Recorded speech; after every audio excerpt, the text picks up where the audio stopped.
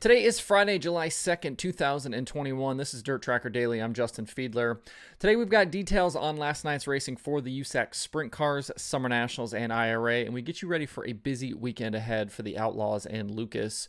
Before we dive in, if you like what I'm doing here, please subscribe to the show, leave a review, and hit those follow and notification buttons depending on where you consume this.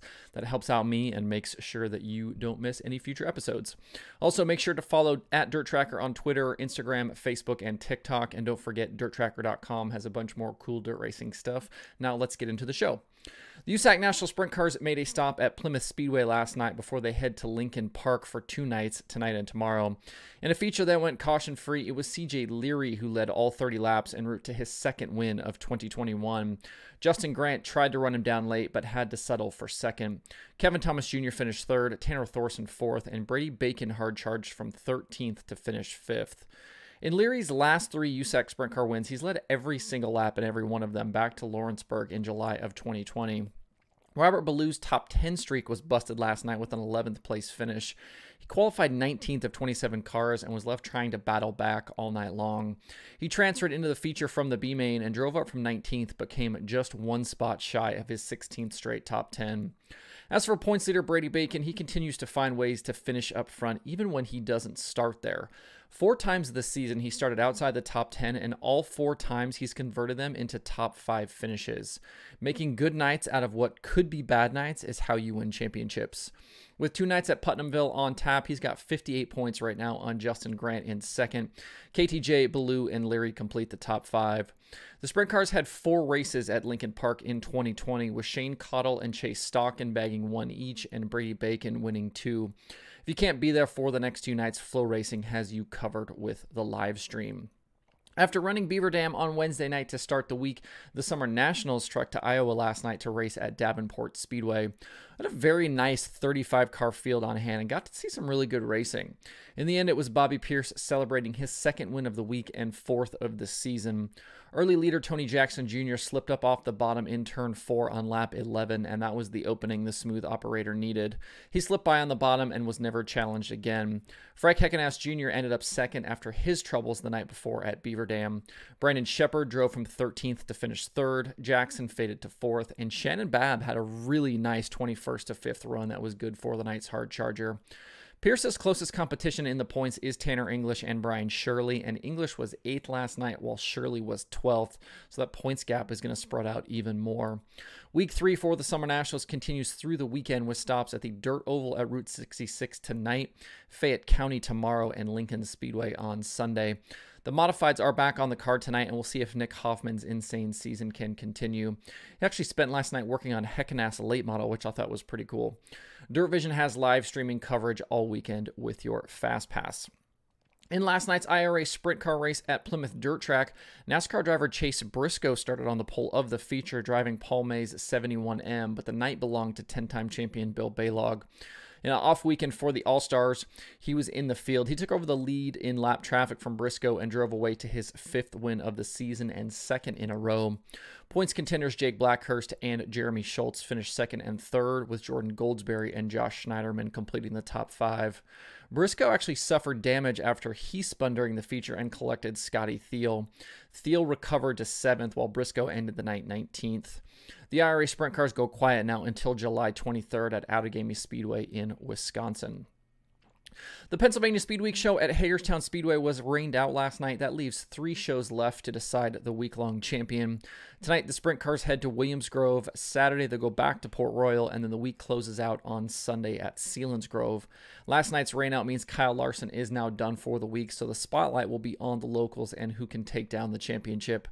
Danny Dietrich continues to lead Brent Marks in the standings.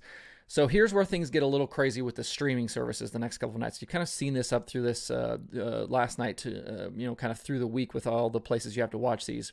Tonight's race at Williams Grove is on Dirt Vision, Saturday is on Flow, and Sunday is on SprintCarUnlimited.tv. So if you're going to want to watch the next 3 races, you're going to have to kind of be bouncing around to the streaming services.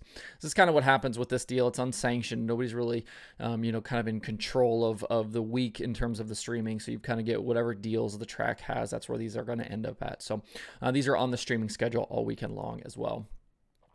Last night's Super Dirt Car Series race at Land of Legends was also lost to rain. That event will now be run on Tuesday, July 20th. The next race on the schedule for the big blocks is Tuesday, July 6th at Ransomville Speedway. For more, check out superdirtcarseries.com. Looking ahead to the weekend, the World of Outlaws Sprint Cars are at Cedar Lake Speedway for 2 shows, and the Lucas Oil Late Model Dirt Series is in Ohio for 2 nights. With the Outlaws, Brad Sweet is the current points leader by 60 over David Gravel, and it was Sweet bagging a Cedar Lake sweep in 2020. He's actually won the last 3 appearances there and 4 of the last 6. Sheldon Hodenshield and Kerry Madsen have the 2 other recent wins. According to the DIRTRACKR.com analytics prediction formula, Sweet is the favorite for the weekend, and that should come as no surprise given his past history there. Madsen, though, has been on fire as of late, driving the Tony Stewart Racing 14, and he bagged 2 of the 3 wins last weekend at the Jackson Motorplex for the Jackson Nationals. He's actually the hottest driver in the series right now with an average finish of 3.4 over his last 5 races.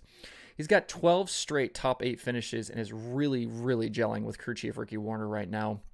With the IRA racing last night at Plymouth, I'd imagine a bunch of those guys will head across the state to Cedar Lake for the next 2 nights, so I would expect car counts to be pretty healthy. If you can't be at Cedar Lake, watch live on Dirt Vision.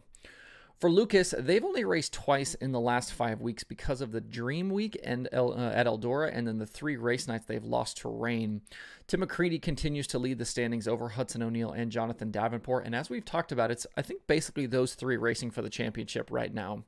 McCreadie's been on a roll since the end of January, ripping off 16 straight top 10 finishes and bagging 2 wins. Hudson O'Neal has kept it tight, though, while Jonathan Davenport has raced his way back into contention after early season struggles. JD leads all drivers with 4 Lucas wins in 2021, while McCreadie has the most top 5s and top 10s. The series takes on Portsmouth tonight, where Brandon Shepard, Hudson O'Neal, and Jimmy Owens were winners in 2020. Tyler Erb was the winner at Muskingum County last year. The series heads there on Saturday. The comparison between McCreadie and O'Neal right now is an interesting one to take a look at. O'Neal actually has a better average finish on the season, but being able to throw out races early in the year in Florida has tipped the scales towards McCreadie. O'Neal has 1 more win than T-Mac, but trails in top 5s and top 10s. Hudson has had to work a lot harder for his finishes, though, versus McCreadie. His average feature start is nearly 5 positions worse. O'Neal's risen to the occasion, though, as he leads the series in feature plus-minus at plus 105. To keep the fight close, though, O'Neal will need to continue improving on his consistency.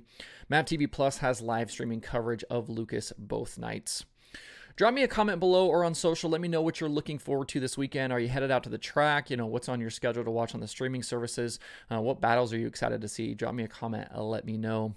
As of recording this show, there are 33 races on the streaming schedule for tonight. Dirt Vision, Flow Racing, MavTV Plus, Racing Dirt, Fast 4, and a bunch of others have stuff to watch. That includes the World of Outlaws, Lucas, USAC, Pennsylvania Speedweek, there's Northeast Modifieds, IMCA, and a lot more. To see the full daily streaming schedule through the weekend, visit DIRTRACKR.com/watch tonight. That's it for the show today. Hope everybody has a good Friday and a good weekend. If you have thoughts about the topics on today's show, please leave them in the comments below or tweet at me. Thanks everybody for tuning in. I'm headed to Road America for a little NASCAR road course action this weekend, so I'll see you on Monday for more Dirt Tracker Daily.